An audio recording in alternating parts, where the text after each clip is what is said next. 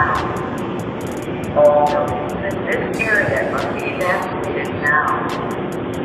All those in this area must be evacuated now. If you can hear this message, evacuate now. If you can hear this message, evacuate now.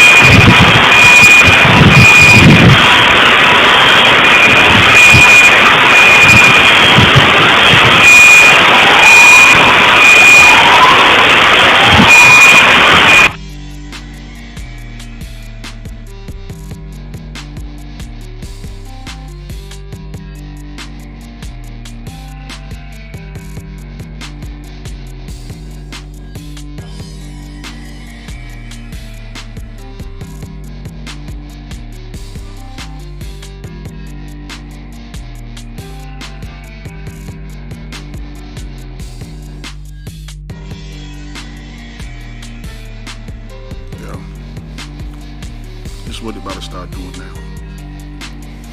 This is the deep state. This is the deep state. They said an RV rolled in the area on that street in Nashville and was parked over there. The cops saw that suspicious vehicle and they assessed the vehicle. When they realized that the vehicle has, something that seemed might be a bomb, they cleared as much people as they could out the area. I have no idea if anybody died. I hope they cleared everybody out. But this is the new tactic. This is the new tactic. This is the new tactic. This is the new tactic because they know it's coming soon. You know these people, they don't care about us. They will sacrifice lives, you know what I'm saying, to make sure their plan never stops. This is what they're doing. They're in panic mode. Deep state is in panic mode. This is what they're about to start doing. So they're about to just start bombing shit all over now. You know what I'm saying? Because right now I don't feel safe. This is a whole neighborhood that just blew up. You know what I'm saying? This is a whole neighborhood that just blew up. This is their new tactic. They're in panic mode. They will destroy this country if they have to. You know what I'm saying? Because the secrets that's about to come out. Man, I'm telling y'all, this is their new tactic. Can y'all see? Look at this destruction. Look at this destruction. It was a real destructive bomb. Yo, this thing wiped. Yo, this is some. Yo, this ain't. Look, and I don't believe this is foreign. There's no way they brought this thing. This the deep state, y'all. I'm telling y'all, this is their new tactic. They knew what was coming. Christmas. How can they do this on Christmas? This is the cabal. They are doing this. This is them. It has their fingerprints written all over it. It has their fingerprints written all over it. This is them. I'm telling y'all, this is them. This is about to be their new tactic. We gotta pray, y'all. We gotta pray because, yo, this right here, what they're pulling out, the playbook they're pulling out right here. Oh no. Oh no. Oh no. Oh no. Okay, I'm seeing they said no life-threatening injuries was reported, so I'm praying nobody was injured and nobody, got harmed. Okay, but this level of destruction is ridiculous. This is gonna be the new playbook, y'all. This is gonna be the new playbook. The level of destruction I'm seeing here is crazy. Y'all see me, I had to make this video. I ain't even, you know what I'm saying? I'm all grizzly. I ain't even, you know what I'm saying? But I just wanted to let y'all know this is them written all over it. This is them written all over it. This is them. I just wanted to put that out there, yo, and I wanted to let y'all know as much as I know about the event so far. So if anything else comes up, I find out anything else, I'll keep y'all posted. But this is ridiculous, y'all. Look at the level of destruction.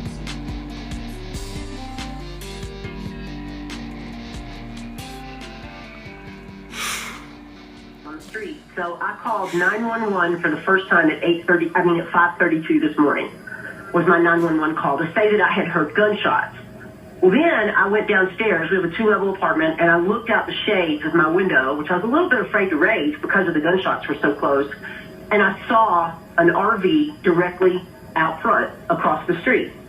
And I began to hear a broadcast from, like a recording coming from the RV. And it was saying, this vehicle has a bomb. If you can hear this message, you need to evacuate. And all that was happening, and it was still, I mean, that went on for about 30 minutes. And then the RV message changed and said, you have 15 minutes to evacuate. And then we heard 14 minutes. Well, I went downstairs and I looked out on the sidewalk, and I saw that police were at both ends. By the way, I did see a police officer earlier between 5:30 and 6 a.m. walk around the RV. Okay, and so 911 told me that police had responded. So they had responded, and we'll take it from there then. So what you're saying you heard at some point, and maybe this was something law enforcement had already been alerted to, was some kind of an announcement coming from the RV. I think you mentioned to me, did you not, it sounded recorded, a male voice, but you never saw any individual inside the RV. No, I couldn't see inside the RV. It was parked facing in an opposite direction, so I never saw the windshield. And, you know, I was listening to something that I think you guys just played on the news, and now I'm not as positive it was a male voice, but it was definitely a recorded voice. A recorded voice, okay. Consistent, saying, you know, evacuate this area. This vehicle is a bomb. I mean, it has a bomb. And then it started the countdown. They're actually covering this, and he's seeing it. So, that is... Okay, yeah, I'm getting more and more confirmation. Thank you, everyone, for jumping in. I appreciate that, absolutely. But still, the damage speaks for itself right there. As to what we're looking at here, you can see all those windows, every single one of them. Obviously, that's going to be directly in that shockwave from the blast and the explosion, torn up on lower 2nd Avenue right there. So the Nashville Historic Courthouse is going to be behind us right now. When we're looking at this video, I'm just trying to give you more perspective of what you're looking at. The RV, where it was parked, is going to be close to the center of the screen right here. And obviously, there is nothing left of that vehicle. I'm sure at some point, Josh, we will see pictures of what that vehicle looked like and what drew the attention to these officers immediately being tipped off that this is not right. They backed off. They called in the proper authorities. I'm not sure if there's a bomb squad, ATF, who at that point was being called in. But then secondary, they go around and start clearing out some of these buildings, knowing that they were in harm's way and possibly inside the field of a blast. And it has to be, for an officer working that adrenaline and disbelief that this is actually occurring, and I'm talking about before the blast goes off, where they feel so alerted to the situation, so disturbed by what they're seeing with this RV that they need to evacuate this area. So the calls of the gunshots go out just before 6 o'clock. So this operation was probably, you have to give it a little lag time there, but this operation probably started right after 6 o'clock this morning. So for 30 minutes, they were in this field of danger, clearing people out and making sure that we did not have any type of mass casualty event occurring. Yeah, and we do know at this point the latest update. We're hoping for another update before noon from Metro Nashville Fire Department. Obviously, we know Metro Police will speak at noon. As far as injuries go, surprisingly, there are only 3 minor injuries. That is according to the Nashville Fire Department, but that was the latest update we got about 8 o'clock this morning. So that was 3 hours ago. They have not tweeted out any additional information as far as injuries go, but 3 minor injuries as a result of this situation. You look at that damage, it is extensive damage, not just in the area of 2nd and Commerce, but as Neil has mentioned, we're talking about all over this area. You can see bricks that are just kind of strewn about there. You have damage to all the buildings, windows blown out. Mayor Cooper said he went through that area and the damage wasn't that extensive. What I'm looking at is something completely different. It looks like extensive damage. Yeah, I'm reading some of these notes that I'm getting as you're kind of narrating over these pictures. On the left, that's the live picture. That's the staging of the Nashville Fire Department. On the right, that's that video sent in from the Nashville Fire Department. Right there, you wonder exactly what's happening down there as far as the investigation goes. I wish we had a better camera that could give you a look on the other side of this building right now. And perhaps we'll get one established a little bit just to see the nature of what they're doing down there and the type of activities that are going on as far as the investigation goes. The pictures, some of the pictures, someone pointed out to me that when we panned up on the side of First Avenue, those big arched windows, they actually looked like they were pulled inward by the blast. So that there was the shockwave actually came through the building that way and actually pulled them in at that point, which to me is, well, if we have that video, and for folks just tuning in here wondering what in the world is going on in the city of Nashville, if we have that wide-angle video, the kind of one that looks black and white of that security camera showing the actual explosion, I want to show the skyline video again, if you guys don't mind, and we can get it. Watch what happens. Okay, so there's a light. Now watch by the third light post. Something streams up in the air, and then this.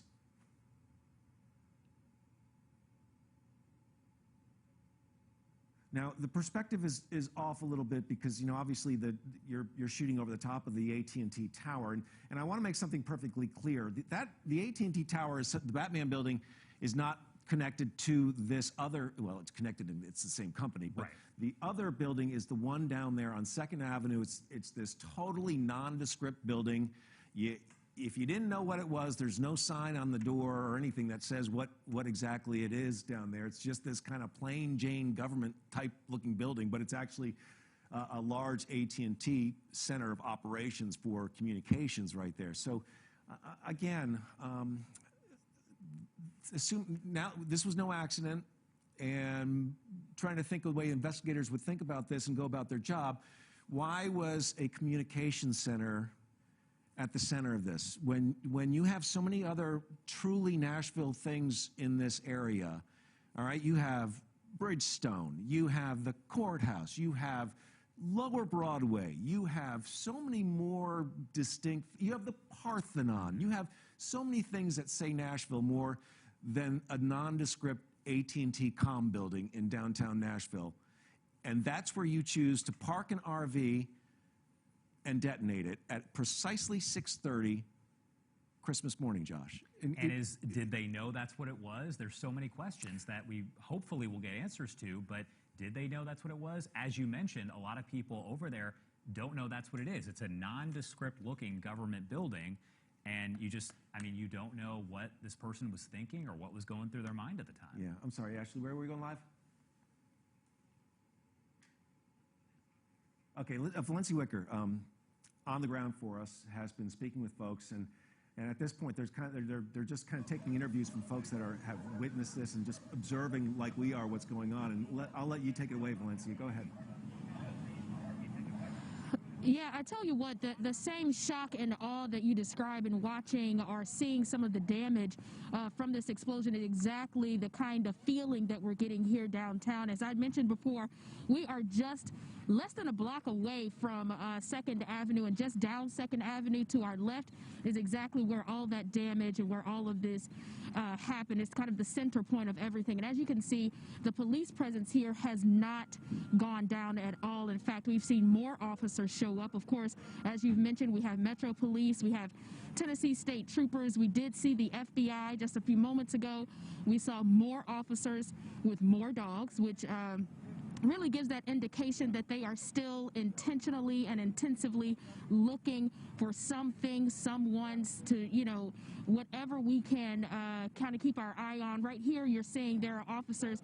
We just saw breakfast being brought to them, which of course shows us that they have no indication that they're going anywhere anytime soon on this Christmas Day. But these officers have been coming here. They were just meeting a few seconds ago. It looks like they're being disseminated back out to the area down 2nd Avenue. We aren't exactly sure exactly what they're going for, if they've gotten any new information, but I can tell you there are about 20 officers here maybe 60 seconds ago, and they are not here at this point. We do know that they are, as you can see in just a few moments, I don't know if you can see this, but this is Nashville Fire coming from my left with some sirens.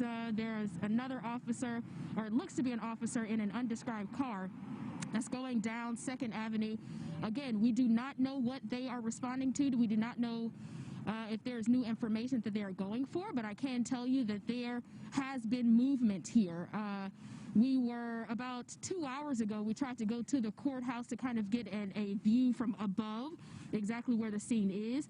But of course, we could not do that because officers right away saw us and said, we need you to evacuate. That's when we first saw the first signs of those dogs sniffing around, trying to see exactly what was going on here. So, you know, we will keep you updated as things kind of progress here, but I can tell you that this will be an all-day event. There's no indication that these officers have any plans on making it home for Christmas. There's lots of yellow tape up, lots of things that they are trying to unfold and investigate. So, of course, I'll keep you updated in just a few moments. Back to you. Hey, Valencia, thanks. And I'm not sure who you're working with down there, but if you wouldn't mind just kind of giving us a wide view and kind of panning the camera around so people get an idea of what's happening at your location right there. I really appreciate that. You're close to the Metro Nashville courthouse there. There's the historic hotel. So as you go to the right, that's going to be the courthouse, and the area of the blast is going to be down to the left of where Valencia was just reporting right there. And you can see that this whole area is obviously blocked off, and that perimeter, that's a good distance away from where the actual blast occurred, and you can see the movement that's happening down there. Appreciate that, Valencia. Thank you. And who you're working with, well done. Yeah. Thank you so much for giving us that. Coming up at the top of the hour, by the way, we're going to kind of give you a breakdown of exactly how all this played out if you are just tuning in for News 2 at 11. We have not gone off air. We will not be going off air anytime soon. We will keep streaming on air, online, everywhere we can, Facebook, Twitter, to keep you posted. But I do want to really quickly give you another look here at some of that damage that was left behind here. We're talking about not just those windows busted out, but as Neil mentioned, parts of the structure that are just gone as a result of that blast. It happened at 2nd and Commerce. Now we are entering, let's do some math here, about 4.5 hours since that blast happened at 2nd and Commerce, that RV that was intentionally exploded there in the middle of a busy area, busy road there. Obviously not as busy, though, because it was 6:30 on Christmas morning. But the damage is extensive. It reaches all the way up to the top of that building. And if you zoom around, you can see, you know, firefighters are working to spray water on the building. And there are still windows that are busted out there in that area.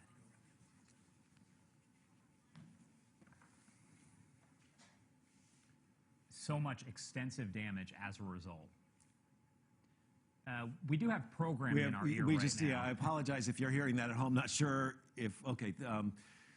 We just, one of our producers just came and told me that the 24 on the downtown loop 2 is also closed there. So just stay away from downtown Nashville right now. And these closings may be temporary, they may be longer term, and there may be additional closings that occur in the downtown area. Our boss is walking in right now, and we're gonna go ahead and get you some new information here. Okay. That was actually a broken water line that we were showing earlier. Yes. It almost appeared that they were putting water on the building, but it is a broken water line. No, and the mayor did point that out, that when he was talking about the infrastructure damage that we have in the downtown area, and you saw it in the Nashville Fire Department video, and then you're also seeing it on this is the live camera. If we go ahead and widen that out, and we can show you that that water line again, it's going to be on the left side of your screen as we come out. The blast, that's the AT&T building right there. Okay, that's going to be the center of the blast. And that's going to be right there where the water main is broken. You know, there are lots of fire hydrants down there, so possibly just got capped off. And that looks like it's actually coming from the top of a building. I was going to say, that's part of a building. That looks like a building water main that is busted right there. All right, so for anyone just tuning in, we want to give you kind of an update of how all this played out. A lot of people just tuning in for News 2 at 11 and maybe don't know exactly how all of this started earlier on this morning. 4.5 hours ago here at 2nd and Commerce in downtown Nashville, when actually in reality around 6 o'clock or so about 30 minutes earlier, is when police got a report of shots fired in that general area of 2nd and Commerce. They went to that location and said that they didn't see evidence of shots actually being fired. That's according to police. However, they did find this RV that they considered to be suspicious. They have not told us why they considered it to be suspicious, just say that it was. So they went and tried to evacuate everyone from that area as this situation was kind of playing out there at 2nd and Commerce. Then at 6:30, it appears almost on the dot, that is when that explosion happened. Police saying that RV exploded, and now the Emergency Operations Center saying that it appeared not only was it intentional, it was an intentional bombing situation right there in the center of downtown Nashville. Nashville Fire did tell us that they had, as of 8 o'clock this morning, so we're talking 3 hours ago, there were 3 people transported from the scene of that explosion to Nashville hospitals. 2 of them went to Centennial, and 1 went to Vanderbilt University Medical Center. They had injuries that were not considered to be severe, so they are all expected to survive. Overall, their injuries are considered to be minor, but that is a look at the scene as the flames were still burning hours later in that area where the RV did explode. As we've shown you all throughout the morning, we can tell you that several buildings in that area have extensive damage, and that extensive damage goes for blocks away from the actual scene there at 2nd and Commerce in downtown Nashville. And we had the mayor tell us, he said this would have been a very different situation if this had happened on a Friday night that wasn't Christmas, when a lot of people were in that area at the time.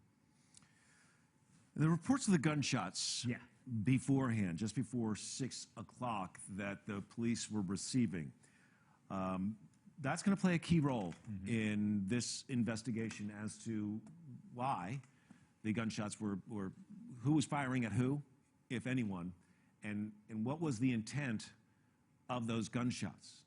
Was it to draw first responders and emergency police officers down into that area, or was there something else that actually occurred in relation to this RV which drew all that attention initially? And while witnesses were saying that some of them said they heard gunshots, police did say they got to the scene and found no evidence of gunfire. However, they noticed the RV, and that seemed to take their attention away from looking for, I would say, shots fired in that area. You see the suspicious vehicle, something tells you we need to clear this area out. That's going to be the focus of your investigation. And what was it about that RV that was so suspicious? And if it's what we're hearing, it's odd. And obviously it was something that a professional police officer immediately said, get out. Let's clear this area out. Let's go ahead and take a listen to this. On 2nd Avenue, but we live on the interior of the building, and I almost couldn't believe that it would have been gunshots that I heard, because we don't live near either 2nd Avenue or 1st Avenue. We're in the middle of the building. So I was perplexed, but thought, maybe it was somebody slamming doors or something. But then about 10 minutes later, there was a whole nother round of guns fire, this time more gunfire and louder. And we got scared and got up out of bed and barricaded our door to our apartment. And then about 15 minutes later, again, there was a whole nother round of gunshots. This time, it was way, way more gunshots. The first time, it was 3 shots. The second time, it was 5 shots. The third round, it was probably about 10 or 15 shots. And we were petrified. We were sitting in our apartment with the door barricaded, with the lights out, not talking because we were scared to make noise. And then about 20 to 30 minutes later, the cops somehow had gotten into the building and started pounding on the doors, alerting all his residents to get out of the building and to leave on the back side, 1st Avenue, not to go near 2nd Avenue. And they didn't tell us what it was. Our car was parked over on the other side of the gulch, and we went over and got our car and was sitting in our car not knowing what to do. And at that point, we had been sitting in the car for about 10 minutes, and then our whole car shook, and it felt like a bomb went off, and we looked over towards 2nd Avenue from the gulch, and we saw flames and sparks, and you could see not only the smoke, but you could see the explosion sparks fly up into the air, probably 300 feet into the air. Yeah. Yeah, I mean, needless to say, terrifying. Blockaded front door to the apartment, because it wasn't just like it was a round of shots and it was done. It was a round, and then minutes go by, another round, and you're like, did we really just hear that? And then 15 minutes later, and another round again. And at that point, your mind is now thinking, and I'm thinking the shots are in the building. I don't know if they were or not. I don't know. But all I know is that at that moment, I thought that they were. And I was like, I'm going to have to fight my way, jump. I didn't know what I was going to do. Literally. Such a bit like Broadway, I mean, busy area typically. I mean, not necessarily at this time of day on Christmas, but I mean, this is a popular area in Nashville. Yeah, well, what I was really concerned about was the fact that it is a really, really busy area, but also it was an hour that you shouldn't be hearing stuff like that. I mean, 5 o'clock a.m. is kind of what you would call kind of downtime. So I was really concerned. I still don't know what's going on. Don't know when I'm going to get back in my house. Merry Christmas. Did you talk to any of your neighbors or see any of them coming out? What were they saying? They were all coming out. Everybody was bewildered. Nobody knew what was going on. There's a hostel youth hotel right next to the building that we live in. And there was a woman that came out of that one that said the cops had said something about a bomb. She said that when we were still at the building. This was 30 minutes before that explosion. She came out and she said something about a bomb. The police had told her a bomb. Yeah. So evidently there was some sort of knowledge about that bomb because one of my neighbors mentioned it. Well, thank you so much for talking to us. Yeah. I'm so sorry this happened. Hey, is that the first time this interview's aired? We did not air that part of the interview earlier as we were waiting to confirm. That is chilling. That firsthand account of what was going on 2nd Avenue, and this was not a bang-bang event, excuse the verbiage there, but this is something that was happening over a period of time where it sounded like he spoke of 3 different rounds of extensive gunfire going on minutes apart from one another as separate acts. And then at the end, perhaps the most stunning thing is that 30 minutes ahead of time, they knew it was a bomb. So it's going to be these witness accounts for us and also for investigators that kind of paint the picture of this chaos that unfolded then on 2nd Avenue well before 6 a.m. with the bomb going off precisely at 6:30 this morning. I don't know what there is to that. I don't know the significance of it. It could be just randomly that was the time chosen. Don't know, but it was, according to just about every Ring camera that we've seen that is GPS controlled as far as the time goes, it was so exactly 6:30 right there that would tell me that was going to be the triggering device's time set to make this thing go off. And a lot of questions here. This happening now, we're entering almost 5 hours since this all went on. So we're expecting an update from Metro Police and the Nashville Fire Department possibly around noon. So in a little less than an hour, we'll bring that to you live on the air. But there are still a lot of questions, and it's not clear if they will be able to answer those questions for us. But again, that's coming up, scheduled in about 51 minutes. But this is being covered nationally right now. Oh, yeah. This is right now. This is the focus of the world is on Nashville and what's unfolded here as everyone is trying to get answers to what has happened here. I believe we have Mayo, and she's been patiently standing by, and she's going to join us now with an update from the downtown area. Mai.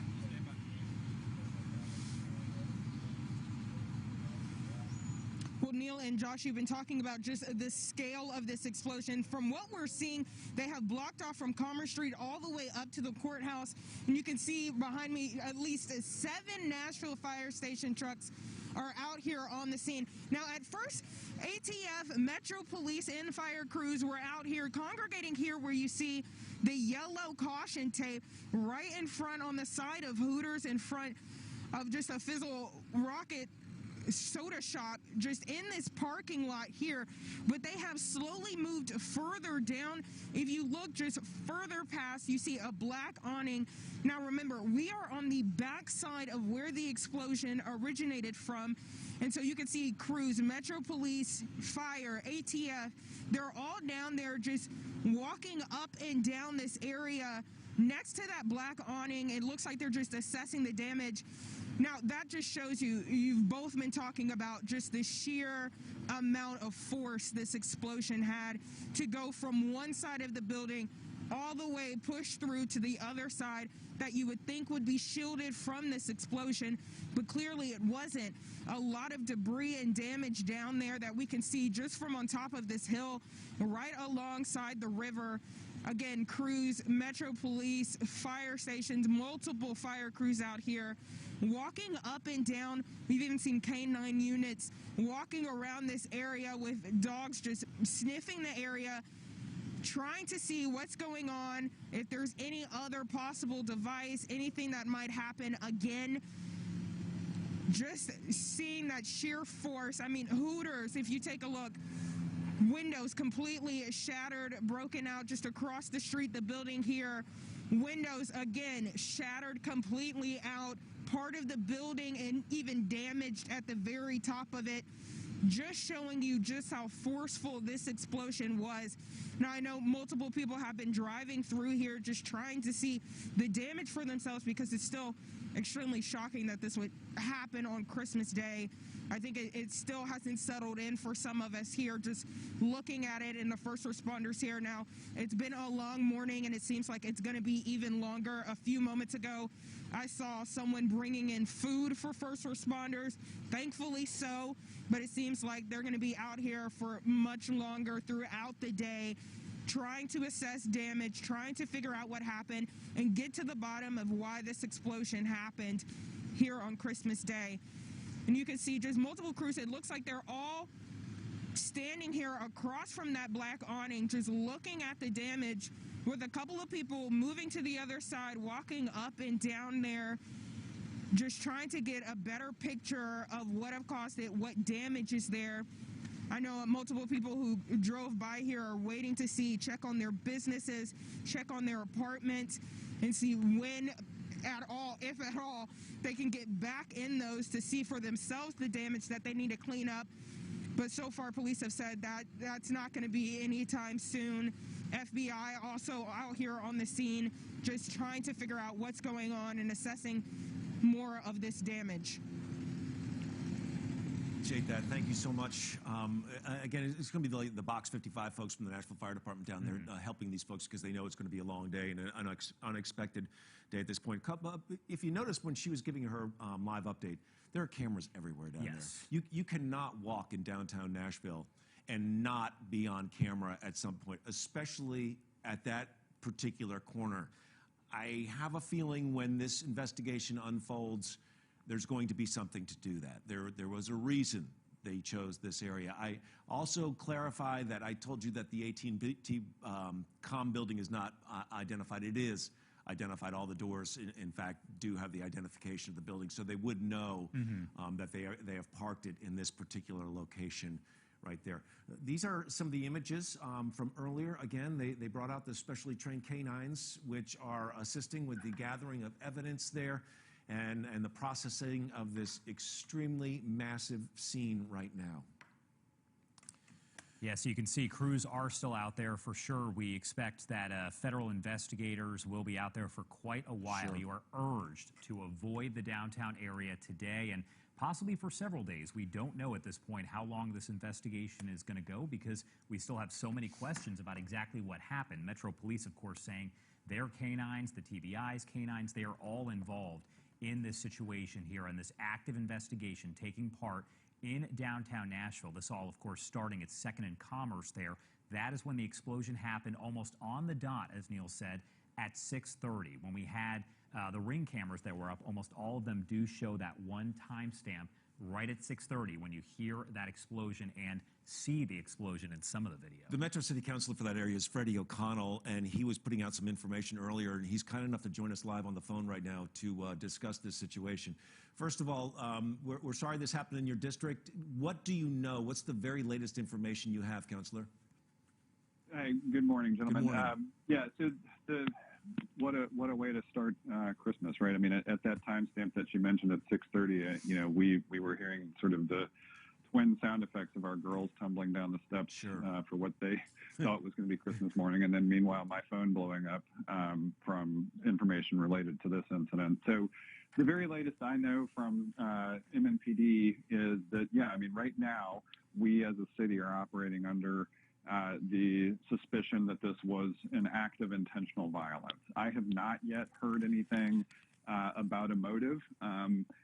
We do know that the bomb blast radius reached as far up 2nd Avenue as Public Square and City Hall, right? I mean, so their emergency crews have pretty much closed off a very large crime scene. And I would just caution your viewers, this is not a time to go either try to go get a picture of something or even to try to look to help out. I will say our Office of OEM, right, the emergency management folks are very capable here and are making sure that everyone involved is appropriately evacuated, safe.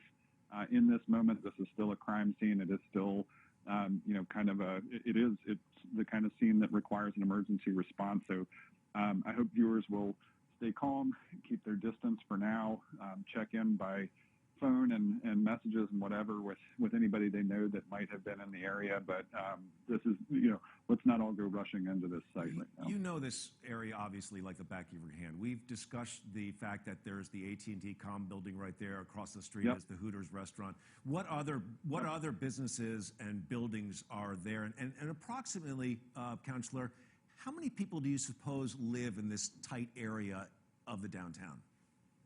Yeah, so that's the interesting part, right? This is a historic district. This is a commercial district. It is sort of part of, honestly, when I was a teenager growing up in Nashville, I knew 2nd Avenue before I knew Broadway. It was where kind of the first renaissance of that whole corridor before the honky-tonks had become such a huge part of the entertainment district. 2nd Avenue was where people were going. But that's where you've got, some of Nashville's kind of anchor versions of big restaurants like the Melting Pot and Old Spaghetti Factory. That's also where you do have some of the music from Lower Broadway sort of turns the corner there. You've got Butler's Run, which is also the home to the Civic Design Center. And then up above most of those buildings, you do have residences, right? And I'm still trying to get a handle on there, if we went by the number of units that are there are hundreds of people who live within that potential radius. And I'm trying to get a sense of, I've already heard of, at least one potential building collapse or at least damage to the point where it appears that it might be a partial collapse at a minimum. And so on most of those upper floors of those buildings, though, those are residences, and some of them are several units per building. And so I know we already do have many displaced residents, most of them evacuated. And I think the biggest mercy of the morning so far for me has been I have not yet heard any reports of deaths or serious injuries as a result of this. If we somehow get through this with just 3 non-life-threatening injuries, Counselor, that would be a miracle in itself. We're hearing, the mayor mentioned earlier, a tremendous amount of infrastructure damage. Are you hearing anything about gas leaks and water leaks? We see one water leak there, but are you hearing anything about the infrastructure? Yeah, so I have heard that both water was actually asked to turn off service to some of the buildings. In fact, as a reason for protecting evidence, right? They did not want water potentially causing damage to things that might be in the crime scene that might offer, again, some more clues as to anything related to the criminal aspect of this. Similarly, I know NES was out there. You always do want to protect against the possibility of electrical fire. I mean, you've probably seen some of the same photos and footage that I've seen that, really show right where the vehicle was, roadway damage, right? And I have not yet heard about underground sort of infrastructure damage in the sense of, I don't know the extent of whether there has been damage to gas lines or water mains that would otherwise knock out service. I do know that the companies were kind of voluntarily turning off some of the utilities there just basically as an assistance measure. I don't know the extent of which that also is kind of an emergency piece of it. Can you tell me a little bit more about the nature of that specific building? Again, we don't know if this was chosen for a reason or not. I don't want to get ahead of this, but the AT&T building there, do you know what that serves, what the purpose of it is? Yeah, so I've actually been in touch with AT&T representatives this morning. That the big red building there right on 2nd Avenue was kind of an old switching center. It still does have phone and mobile related service in it. It is, for AT&T, that is basically an infrastructure building. Now, interestingly, it was designed to withstand a bomb blast. And so in some ways it kind of got stress tested today. Now, again, I have no information yet about motive or if there was a target or, kind of a purpose behind the incident. But the building right where the vehicle was parked is a part of AT&T's infrastructure. Have you seen that video that we're showing, the wide view of the size of the explosion? What were your thoughts if you have seen that? Yeah, I mean, again, I guess you can't not be in sort of a state of immediate shock when you see this. I mean, I've heard from people all over the city and even the region mentioning that they heard it, felt it, saw it. I've seen footage from out, I think it was Lebanon Pike or maybe Murfreesboro, looking toward downtown and seeing it. This is an extraordinary event. I mean, this does truly shock the senses to see it.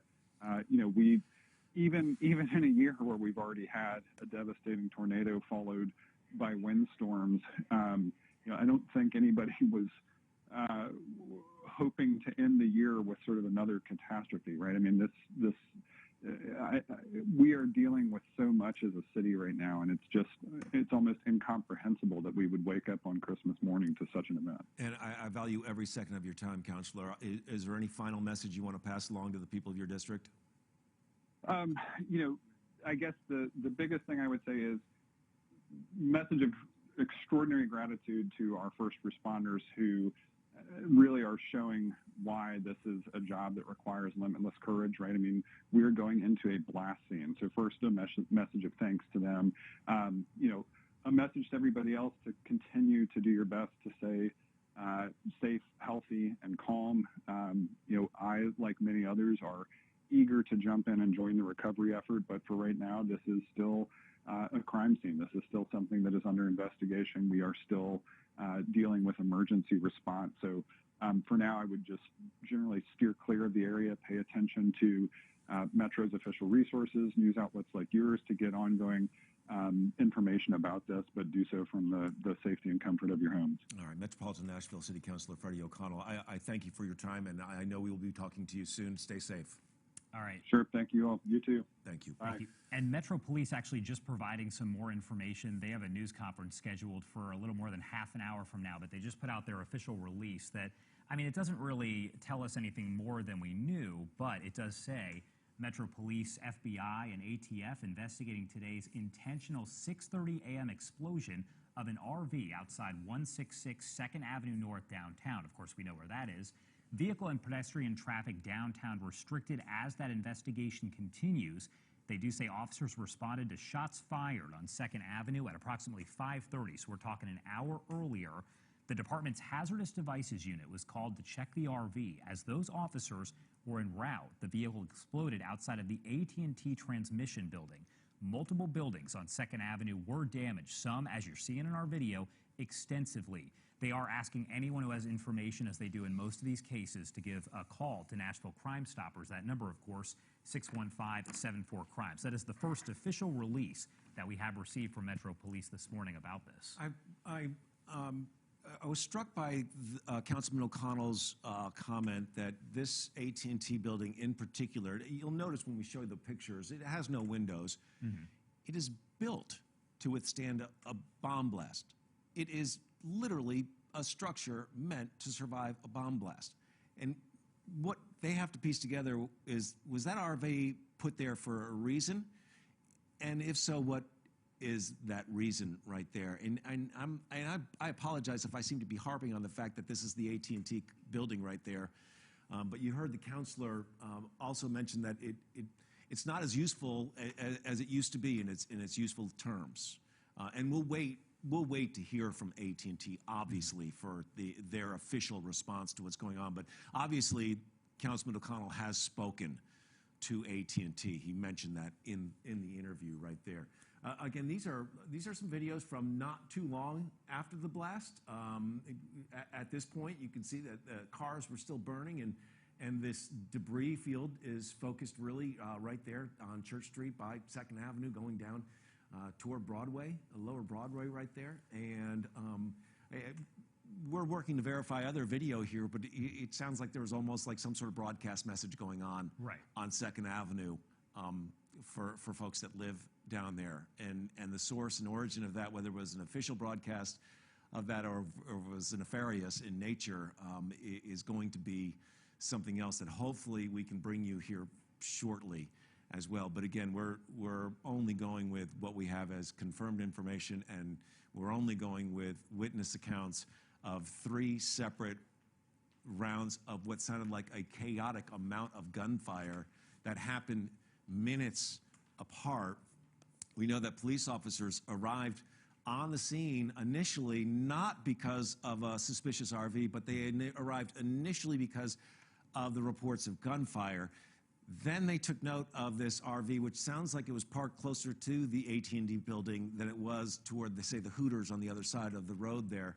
And then they began clearing out. And if this was 15 years ago, no one lived down there. This is the change of Nashville, where now we have downtown living and lots of people. And all those buildings that line 2nd Avenue and 1st Avenue have been gutted basically from the 1st floor up and turned into residences. So all these buildings you see, they do house a lot of people. And if this started before 5 o'clock with 3 separate rounds of gunfire, police were able to evacuate all these buildings. And you heard that resident in that prolonged interview, that longer interview that we gave, say that they were told to get out, and they actually knew, and they were out at their car by the Gulch when the explosion went off. Man, just tells you there was a significant amount of time between the reports of gunfire and the actual explosion of that RV. And as you mentioned, there was some type of warning type situation, but there are so many questions because was this a suspect of some kind warning that something was going to happen? Was this police warning people that they needed to leave? So many questions, and hopefully some of those will get answered in about 30 minutes here when Metro Police hold their next news conference. We don't know if they will give us the details, but... Well, and just going with the facts that we do know, 6:30 precisely, right. Christmas morning, downtown Nashville, when you could have chosen any other time of day, any other weekday, and done a maximum amount of damage to human life at that point. But instead, you pick one of the quieter mornings that we have in this city all year round. Elizabeth Lane has been reporting from where the news conference and updates from police, and she's going to join us now to kind of fill in the blanks where we've been since the last time we had a chance to speak with Elizabeth. Go ahead. Hi, Neil. Yes, we do expect to hear from investigators, including the FBI, for the first time today at noon. Now, we're zoomed in here on this police unit just because earlier we saw what appeared to be some more investigators just a few minutes ago with their dog, their canine, as you know, who works as a fellow officer with them. And a little bit earlier this morning, investigators had mentioned that that is something they are doing. They're taking the canine units out. They are sort of going around downtown Nashville just to canvass the area, not because they have any reason to believe that there is the potential for another explosion, but just because, of course, in a situation like this, we would all hope that they would do their due diligence, and so that's what they do to keep everybody safe in this area. So they are canvassing the area. That's just one of the first times that we've actually seen them come by with a canine unit. Now, another thing is we were pushed back significantly a little bit, well, when the explosion first happened, we were up at 2nd Avenue North and Broadway. That was right after it happened, so there were a lot of unknowns, and we, over time, were pushed back up here. Now we're at 2nd Avenue and Korean Veterans Boulevard. This is partially for everybody's safety as this was developing, but right now it's also because it means investigators have found more evidence in the areas where the explosion happened. They found evidence in those surrounding blocks, and so they want to be able to do their job and do their due diligence with the investigation without that being interrupted. So that's why we're back up at this point. Again, still lots of unanswered questions. I know Josh and Neil, you've both touched on that.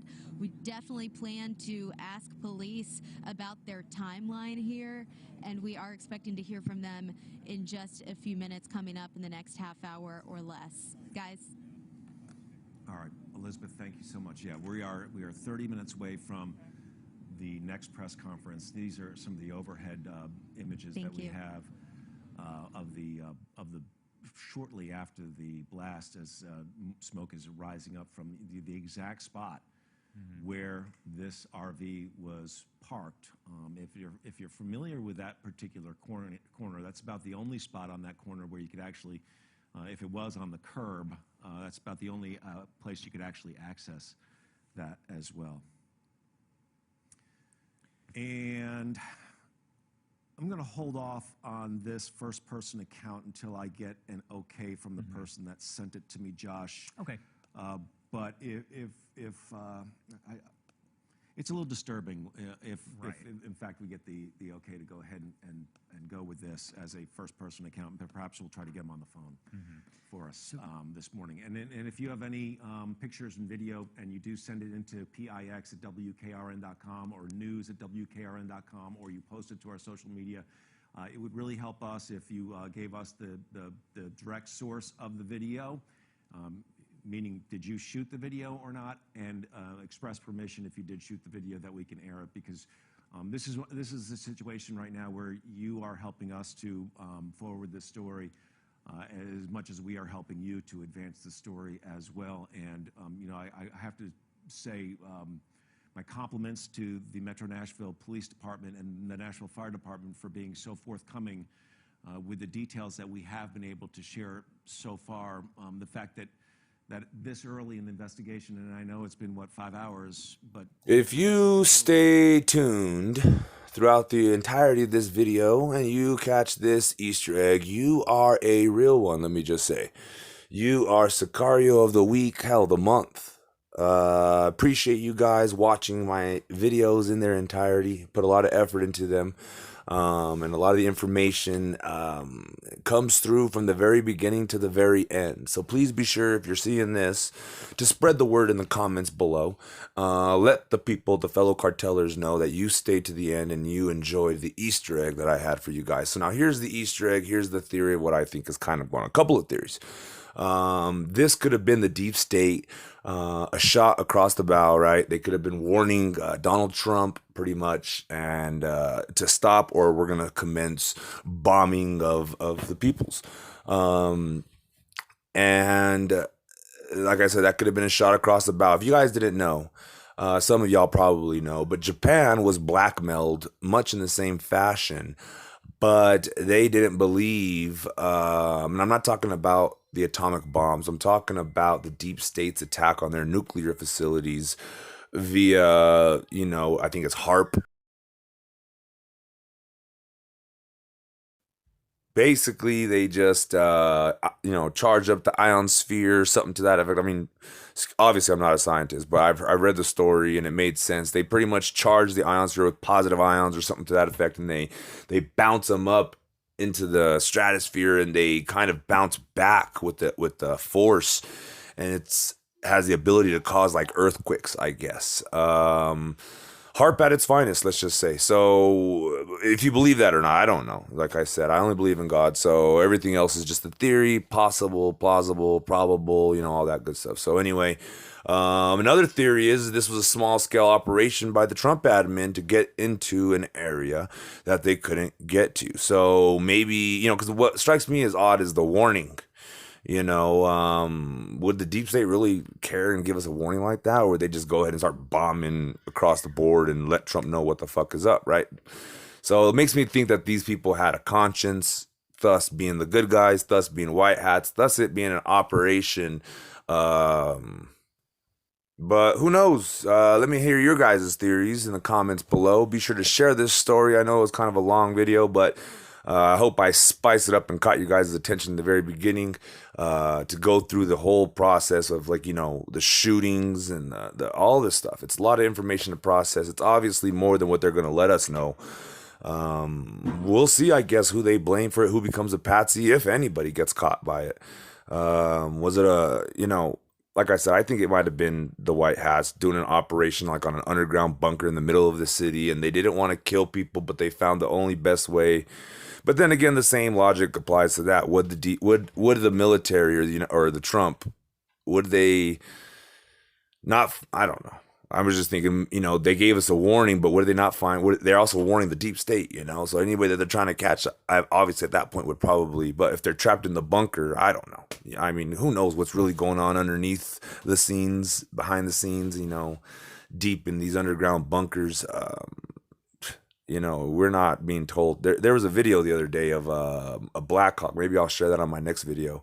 A Black Hawk was dropping off soldiers in the middle of the city. I can't remember. It just happened not even a week ago, like 3 days ago. and it was an obvious operation. I think Citizen Man shared it.